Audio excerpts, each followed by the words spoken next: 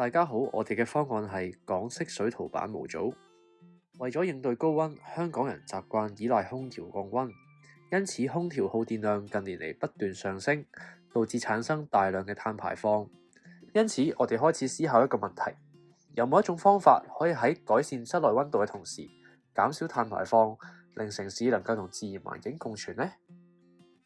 為此，我哋提出咗水圖板方案。我哋希望利用被動式降溫技術，喺唔額外耗能嘅情況之下，改善室內溫度。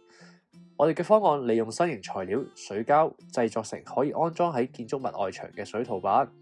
而水膠主要有兩類嘅用途。第一類種植型，能夠釋放液態水，為植物提供穩定嘅水源，同時支援建築物垂直綠化嘅發展。第二類建築型水膠就專門用於建築物冷卻。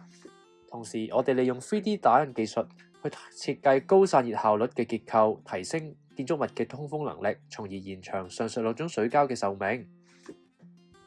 而水圖板嘅減碳效果亦都相當好，使用佢之後能夠令到室內溫度平均降低大約6度，並且減少40% 嘅用電量。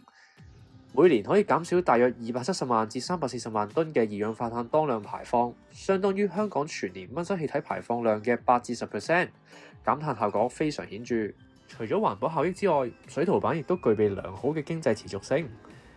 雖然初始安裝嘅成本比較高，但係透過長期節省空調嘅電費，可以逐步抵消嘅投資成本。另外，水圖板亦都唔需要額外嘅食水資源運作，大膽降低咗佢嘅運作成本。最後，我哋都考慮到產品嘅生命週期對環境嘅影響。陶瓷主要由天然嘅黏土製成，相較於水泥同鋼鐵等嘅傳統建材，佢嘅生產過程嘅能源消耗比較低。而水膠本身亦都無毒、無刺激性，並且可以被自然降解，因此喺棄置後亦都唔會對環境造成額外嘅負擔。